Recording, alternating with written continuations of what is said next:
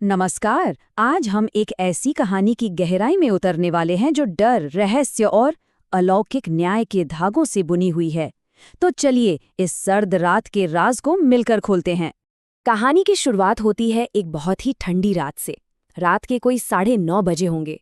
माधव बस सोने की तैयारी ही कर रहा था कि अचानक दरवाजे पर जोर जोर से दस्तक होती है और बस उसी एक पल में सब कुछ बदलने वाला था। तो अब कहानी का पहला हिस्सा शुरू होता है।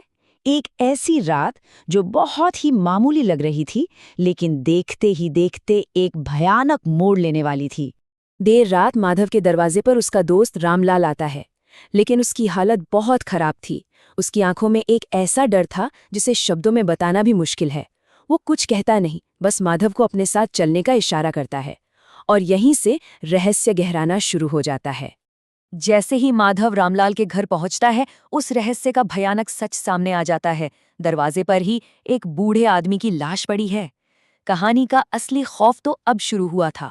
रामलाल एक कहानी सुनाता है कि एक बूढ़े आदमी ने पानी मांगा और बस वहीं ढेर हो गया। लेकिन उसकी कांपती हुई आवाज और आंखों में जो खौफ था, वो किसी और ही कहानी की तरफ इशारा कर रहा था। माधव को समझ आ गया था कि दाल में कुछ तो काला है।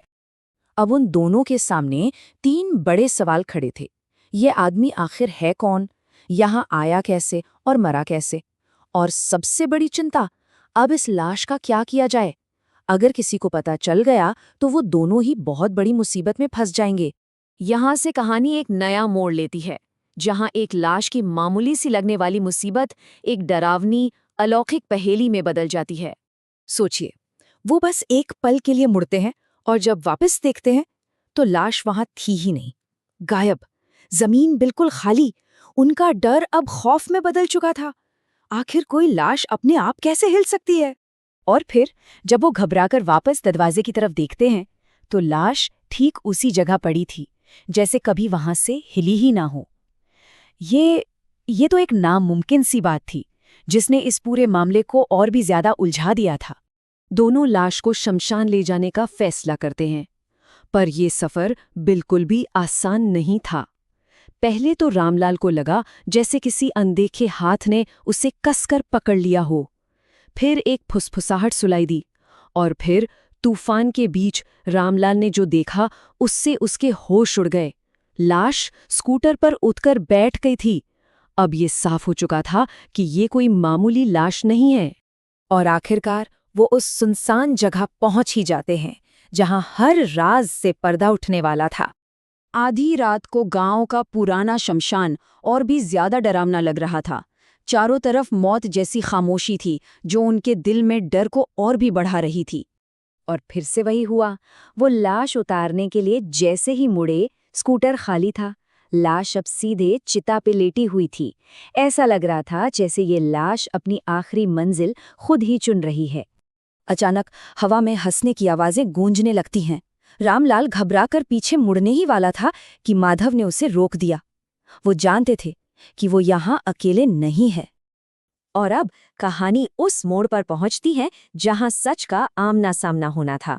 जैसे ही माधव चिता जलाने के लिए आगे बढ़ा, कहानी का सबसे खौफनाक पल आ गया। लाश अचानक उठकर बैठ गई और इसकी बेजान आंखें सीधे रामलाल को घूर रही थी। यहीं पर झूठ और सच का टकराव होता है। रामलाल की कहानी के बिल्कुल उलट आत्मा बताती है कि कैसे रामलाल ने ही उसे धोखे से घर बुलाया था और फिर उसका गला घोंटकर उसे मार डाला था। ये सच सुनकर माधव तो जैसे टूट ही गया। उसे यकीन ही नहीं हो रहा था कि उसका सबसे अच्छा दोस्त एक कातिल है और उसने अनजाने में इस पाप में उसका साथ दिया है। चलिए अब कहानी के आखिरी और सबसे भयानक पड़ाव की तरफ बढ़ते हैं और देखते हैं कि इस रात का अंत कैसे होता है। अब आत्मा अपना बदला लेती है। वो रामलाल को पकड़कर जबरदस्ती जलती हुई चिता में खींच लेती है। रामलाल की चीखें उस खामोश शमशान में गूंज उठती हैं। और अब आत्मा माधव को एक और भी भयानक आदेश देती है। उसे अपने ही दोस्त को सजा देनी होगी और आत्मा को मुक्ति दिलाने के लिए एक तरह से जल्लाद बनना होगा। अब माधव के पास कोई और चारा नहीं था। एक तरफ उसका दोस्त था और दूसरी तरफ एक बदला लेने पर तुली हुई आत्मा। कांपते हुए हाथों से वो चिता को आग लगा ही देता है। वो आखिरी मंजर बहुत ही भयानक था। रामलाल आग में जल रहा था और आत्मा की जीत की हंसी चारों तरफ गूंज रही थी। और माधव इस पूरे खौफनाक मंजर का अकेला गवाह सिर्फ प्रार्थना ही कर सकता था। कहानी यहीं खत्म हो जाती है, लेकिन अपने पीछे एक सवाल छोड़ जाती है। जो कुछ भी हुआ, क्या वो न्याय था या सिर्फ एक आत्मा का बदला? इसका फैसला अब हर किसी को खुद करना है।